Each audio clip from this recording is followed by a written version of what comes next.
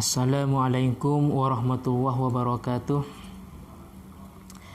Untuk pertemuan kali ini saya melanjutkan Fathul Mu'in yang kemarin. Bismillahirrahmanirrahim. Qala al-mu'allifu rahimahullahu ta'ala wa nafa'ana bi'ulumihi ya rabbal alamin. Bismillahirrahmanirrahim. Wa tusannu, dan hukumnya sunnah, i'adatul maktubati, mengulangi sholat fardhu maktubah. Jadi kalau sholat yang kita ulang itu bukan maktubah, yaitu karena gara-gara faktor nazar umpamanya, maka tidak sunnah untuk diulangi lagi. Tapi ini ada beberapa catatan. Bisyarti an takuna fil waqti. Catatan pertama, harus dikerjakan pada waktunya. Catatan kedua, wa an la tuzada fi i'adatiha ala marrah. Yaitu catatan kedua, tidak boleh melebihi dari satu kali. Jadi kalau mau mengulangi sholat maktubah cukup satu kali. Adapun kedua, ketiga dan seterusnya, ini hukumnya tidak mendapat kesunahan. Khilafan li syaihi suyukhina Abil Hasan Al-Baqi rahimahullahu ta'ala. Beda halnya dengan pendapatnya Imam Abul Hasan Al-Baqi. Beliau menegaskan bahwa sholat i'adah atau mengulangi sholat maktubah itu tidak dibatasi, baik sampai 2 sampai 5 kali umpamanya, tetap mendapat pahala atau mendapat kesunahan. Yang penting masih dikerjakan pada waktunya. Walau suliyat al-ula jama'atan ma'a akhirah walau wahidan. Walaupun sholat yang dikerjakan pertama itu sudah dikerjakan dengan cara berjamaah dengan orang lain, baik orang lain itu cuma satu orang atau beberapa orang, tetap kita dianjurkan untuk mengulangi lagi.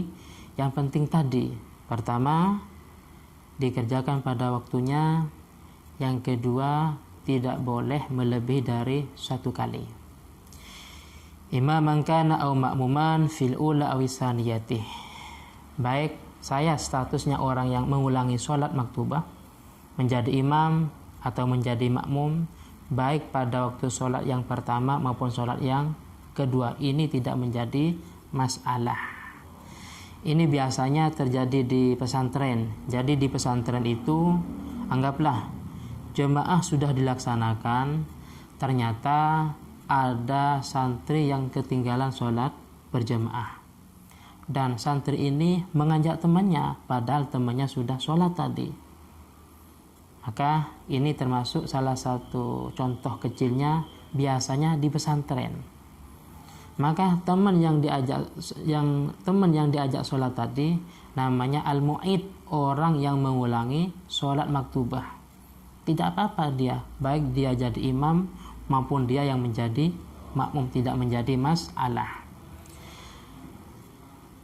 Catatan ketiga, biniyati fardin wa in waqa'at naflan fayanwi i'adata sholati al-mafruḍah. Catatan ketiga, harus menyebutkan kata-kata fardhu pada waktu niat. Berarti seperti ini, usolli fardhu dhuhri arba'a raka'atin mustaqbilal qiblati i'adatan lillahi ta'ala, atau usolli i'adata fardhi dhuhri arba'a raka'atin mustaqbilal qiblati lillahi ta'ala. Harus disebutkan fardhunya. Oleh karena itu, mengikuti pendapat yang ini, kalau memang fardhunya itu tidak disebutkan, maka ini tidak sah atau tidak mencukupi. Waqtarul imam an yanwiya dhuhra awil asra masalan wala yata'arradu lil fardhi. Akan tetapi Imamul Haramain memilih sebuah pendapat, tidak harus menyebutkan lafaz fardhu, cukup ta'yin atau cukup menentukan apa sholat asar yang dikerjakan, apa sholat duhur atau yang lainnya. Berarti cukup dengan niat usollit duhroh arba'a raka'atin mustaqbilal qiblati i'adatan lillahi ta'ala, atau usolli i'adatad duhri arba'a raka'atin mustaqbilal qiblatih lillahi ta'ala. Tidak menyebutkan lafaz fardhu. Ini menurut Imamul Haramain sudah cukup. Wa rajjahahu fir raudhatih.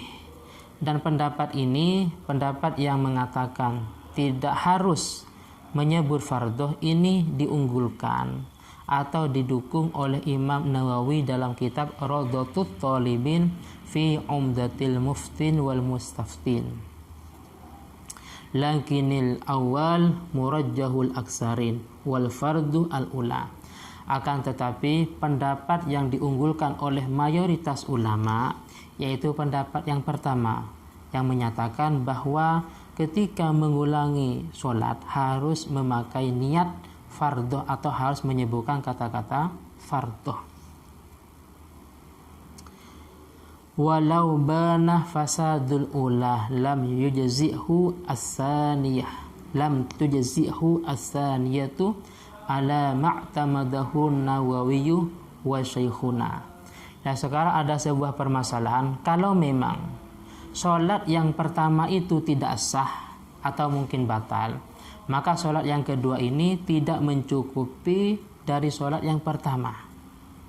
Jadi kalau memang sholat yang pertama itu tidak sah atau mungkin batal, maka sholat yang diulangi ini tidak mencukupi. Dan pendapat ini didukung oleh Imam Nawawi dan juga didukung oleh Ibnu Hajar Al-Haytami.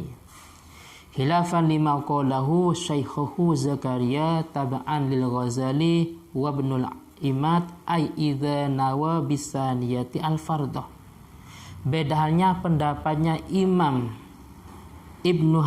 pendapatnya Syekh Zakaria Al-Ansari. Beliau mengikuti pendapatnya Imam Ghazali dan Imam Ibnul Ahmad yang menyatakan kalau memang sholat yang kedua ini sudah menyebutkan fardhu pada niatnya, usolli i'adata fardhi dhuhri, maka ini mencukupi dari sholat yang pertama walaupun sholat yang pertama tadi tidak sah atau batal. Jadi yang penting pada waktu niat untuk sholat yang diulang ini sudah menyebutkan kata-kata fardhu. Wallahu a'lam bishawab. Al-Fatihah. Bismillahirrahmanirrahim. Iyyaka na'budu wa iyyaka nasta'in.